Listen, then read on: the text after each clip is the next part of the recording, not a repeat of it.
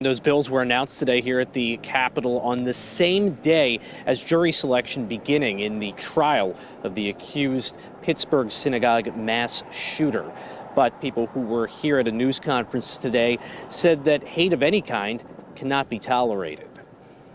When people are attacked or threatened or harassed for who they are, how they look, or who they love, individuals in every community start to wonder, is somebody going to try to hurt me?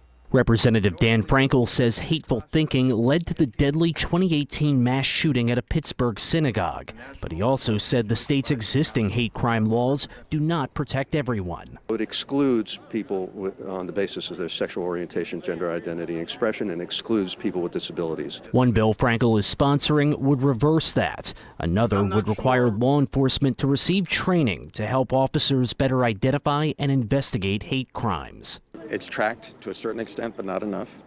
And we certainly need to do something about it. We need to educate people about America's promise that it is a land of immigrants. It is a land for all Americans. It should be freedom for all, not some.